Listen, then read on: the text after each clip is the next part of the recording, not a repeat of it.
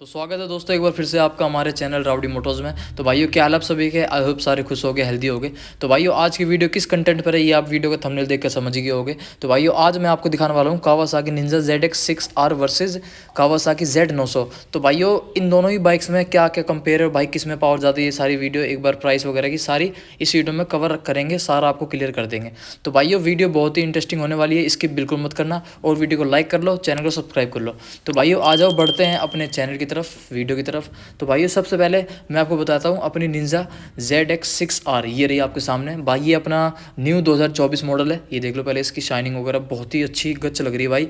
ऐसी अभी मैं आपको Z900 का भी दिखाऊंगा जो अभी नया 2024 का मॉडल न्यू कलर आया है, वो मॉडल तो पुराना है, कलर न्यू आया है। देखो ये रहा वो अपना 2024 का न्यू कलर, ये देख लो पहले एक बार इसकी भी कलर, फिर एक बार इसके सारी चीज़ के बारे में डिस्कस करेंगे। तो भाई Z900 है आपकी 2024 वेरिएंट, पहले इसमें 2 कलर और अवेलेबल थे, ये एक तीसरा ऐड हुआ है 2024 में। ये देख लो भाई इसमें स्टिकर्स वगैरह थोड़े चेंजेस वगैरह किए हैं पहले के मुकाबले, क्योंकि पहले एक तरीके से इसको ब्लैक कलर का वेरिएंट्स कह सकते हैं, ब्लैक और लाइम ग्रीन का थोड़ा कॉम्बिनेशन टाइप को बनाया है। तो भाई सबसे पहले बात कर लेते हैं इन दोनों ही बाइक्स की हाइट वगैरह के बारे में, कलर्स वगैरह में।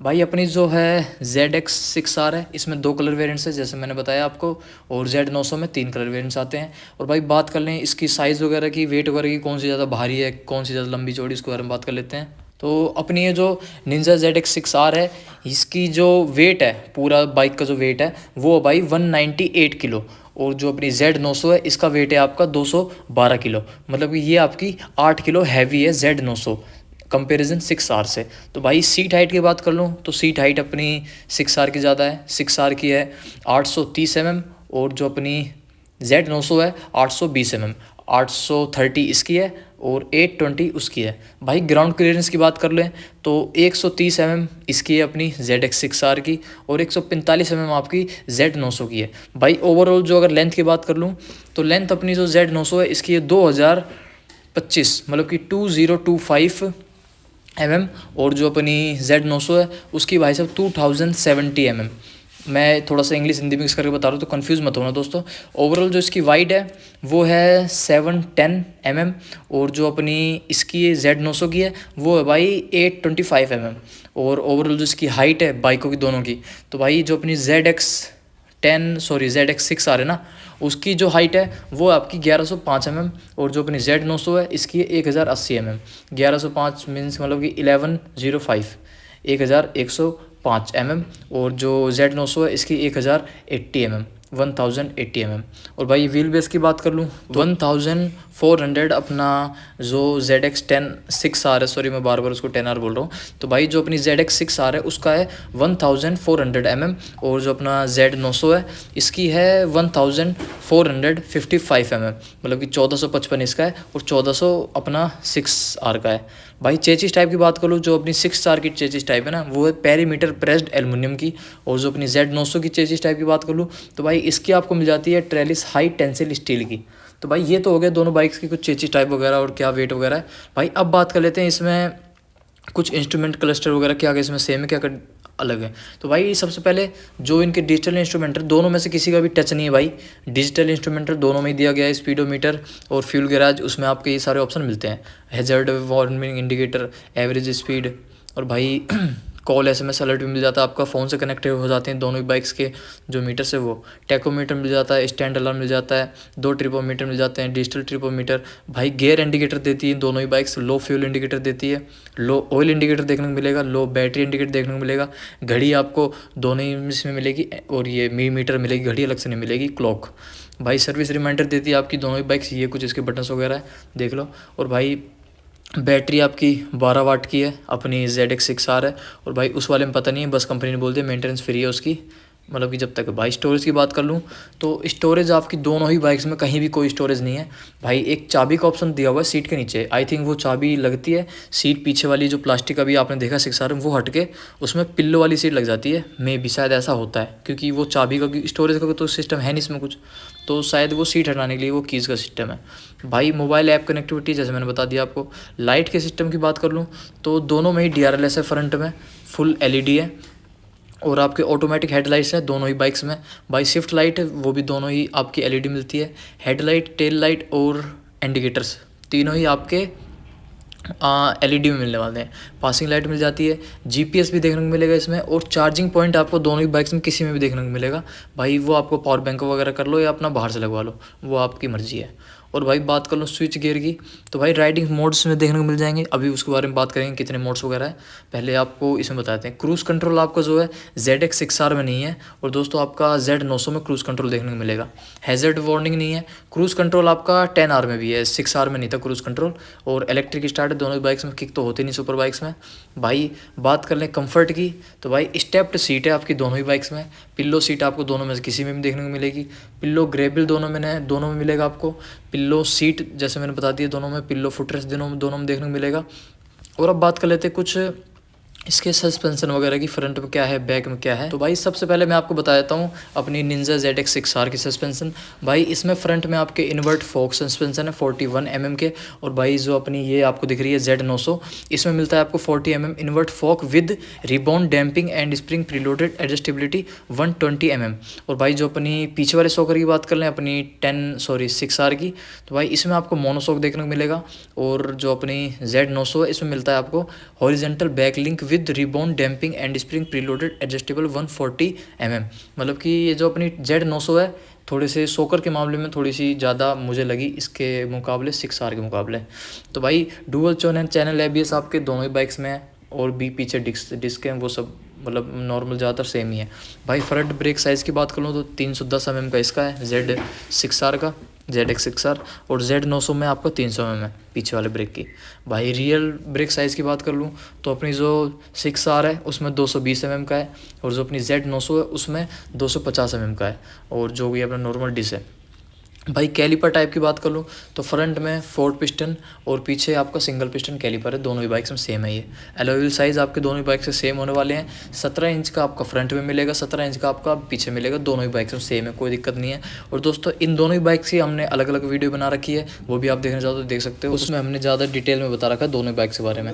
और इसके अलावा भी अगर आप को कावासाकी कोई और बाइक की वीडियो देखनी है जैसे 10R हो गई, तो वो भी हमने डाल रखी है, आप जाकर चैनल पर देख सकते हो।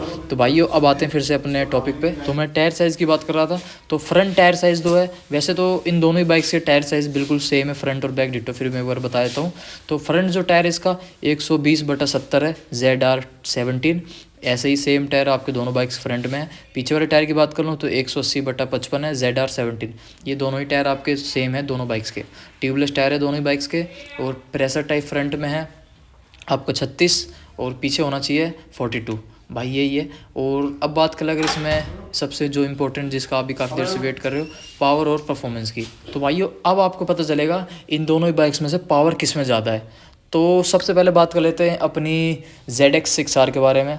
तो इसमें जो इंजन लगा हुआ है वो है 636 सीसी का, 636 सीसी का इंजन लगा हुआ है। और अपनी जो Z900 है इसमें है 948 सीसी का इंजन, मतलब कि ऑलमोस्ट 9.5 सीसी का इंजन आपका Z900 मिल जाएगा, और 636 सीसी का आपका ZX6R में मिल जाएगा। अब बात कर लेते हैं पावर कौन सी ज़्यादा प्रोड्यूस करती है। सबसे पहले बात कर लेते हैं ZX6R जिसमें कि लगा हुआ है 636 सीसी का इंजन। तो भाई ये जो पावर प्रोड्यूस करता है अपना 6R, ये करती है 13,000 RPM मैक्स पावर जो है इसकी, और मैक्स टार्क जो है वो है 11,000 RPM। अब भाई बताता हूँ मैं आपको अपनी Z900 का है 950 सीसी का इंजन, बट ये पावर प्रोड्यूस करती है अपनी 9,500 RPM। बिलीव नहीं हो रहा है बट ये सच है, क्योंकि भाई मेरे को जब शोरूम में आया था मुझे पहले ही बता दिया गया था कि ये जो 6R में पावर ज़्यादा है कंपैरिजन Z900 के हिसाब से। तो भाई देख लो कितनी ज़्यादा है, 3,000 RPM का फ़र्क है, 3,500 RPM का। तो भाई बहुत ज़्यादा है पावर के मुकाबले में। ये आपकी खड़े खड़े उसको मतलब कि थोड़ा तो पावर उसमें भी है, काफ़ी पावर है उसमें, बट फिर भी कंपेरिजन इससे ये ज़्यादा पावरफुल है। और भाई महंगी भी आपकी ये ज़्यादा है कंपैरिजन Z900 के। तो भाई मैक्स टार्क जो प्रोड्यूस करती है अपनी Z900 वो करती है 7,700 RPM। और बात करें टॉप स्पीड की दोनों ही बाइक्स की, तो अपनी जो ZX6R है ये जाती है 250 km/h 250 km/h। और जो अपनी Z900 है ये जाती है 195 km/h। और दोस्तों दोनों ही बाइक्स में आपको 4 मोड देखने को मिलेंगे, sports mode, road mode, rain mode and rider mode. ये आपके हैंडल से एडजस्टेबल तो होते हैं, जो मैंने आपको बटन दिखवाए थे। भाई अपनी दोनों ही बाइक्स जो है ये आपकी 6 गियर की मिलती है, एक गियर नीचे डलता है, बाकी के 5 गियर ऊपर डलते हैं, जैसे कि मैंने आपको भी गियर वगैरह भी दिखा दिए होंगे इनके। भाई अपनी 2 सीटर बाइक्स होती हैं, पीछे कवर वगैरह आता है एक प्लास्टिक का, वो लगवा लेते हो तो भाई फिर वो सीट नहीं मिलती, फिर आपकी सिंगल सीट ही। और भाई अपनी चेन ड्राइव है। और बात कर लें इसके सिलेंडर की, तो भाई दोनों ही बाइक्स आपकी 4 सिलेंडर्स बाइक है। बोर साइज़ की बात कर लूँ तो जो अपनी ZX6R है इसमें मिलता है आपको 67 mm का बोर, और जो Z900 है इसमें मिलता है आपको 73.4 mm का बोर। स्ट्रोक साइज़ की बात कर लूँ तो जो आपका 6R है इसमें मिलता है 45.1 mm का, और जो अपनी Z900 है इसमें मिलता है 56 mm का। भाई वेलवेस पर सिलेंडर इसमें 4 है।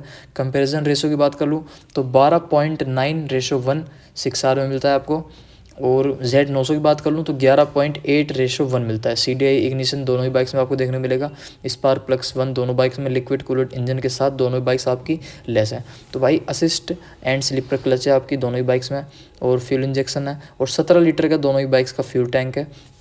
बट जो अपना रिजर्व फ्यूल कैपेसिटी होती है वो आपकी जो ZX6R है ना इसमें आपको मिलती है 3.4 लीटर की, मतलब कि 3.5 लीटर आप मान लो।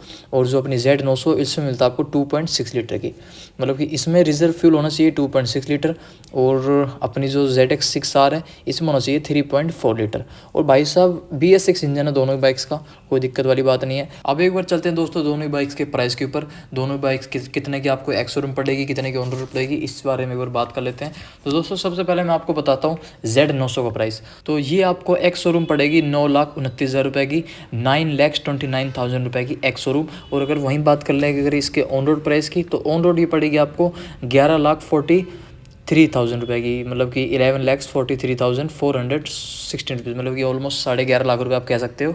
और भाइयों अब बात कर लें ZX6R की, तो ZX6R आपको एक्स शोरूम पड़ेगी 11,09,000 रुपये की, 11,09,000 रुपये की। वहीं अगर इसके ऑन रोड प्राइस की बात कर लें तो ये पड़ती है आपको 12,88,000 रुपये की, मतलब कि 12,88,000 रुपये की।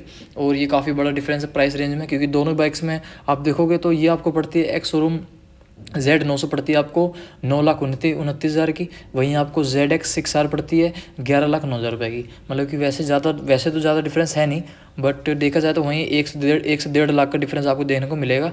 1.5 लाख रुपये तो आप मान ही लो, 1.5 लाख रुपये का डिफरेंस आपको दोनों ही बाइक्स में देखने को मिलेगा। उसमें आपके क्या क्या फीचर्स वगैरह है वो हमने वीडियो में आपको बता दिए हैं। तो दोस्तों अभी जो हम आए हुए थे, ये हम आए हुए थे कावासाकी के शोरूम में, जो कि अपना सेक्टर 61 गुड़गांव में अवेलेबल है। अगर आप नियर बाय रहते हो तो शोरूम में ज़रूर विजिट करो। इनकी जो सर्विसेज वगैरह बहुत ही अच्छी हैं, और इनके पास सारी कावासाकी की जो टॉप मॉडल्स की बाइक होती है वो अवेलेबल होती हैं। और अगर कोई ऐसी बाइक है जो आपकी रिक्वायरमेंट इनके पास नहीं है तो ये वो भी आपके लिए मंगवा देते हैं, कोई दिक्कत वाली बात नहीं है। तो ओवरऑल दोस्तों आपको वीडियो कैसी लगी मेरे को ऊपर कमेंट करके जरूर बताया करो, और वीडियो को लाइक जरूर कर देना, चैनल को सब्सक्राइब भी कर दो। मिलते हैं नेक्स्ट वीडियो पे, ऐसी कमाल की वीडियोस हम लाते रहते हैं। तो अभी के लिए जय श्री राम, मिलते हैं नेक्स्ट वीडियो पे।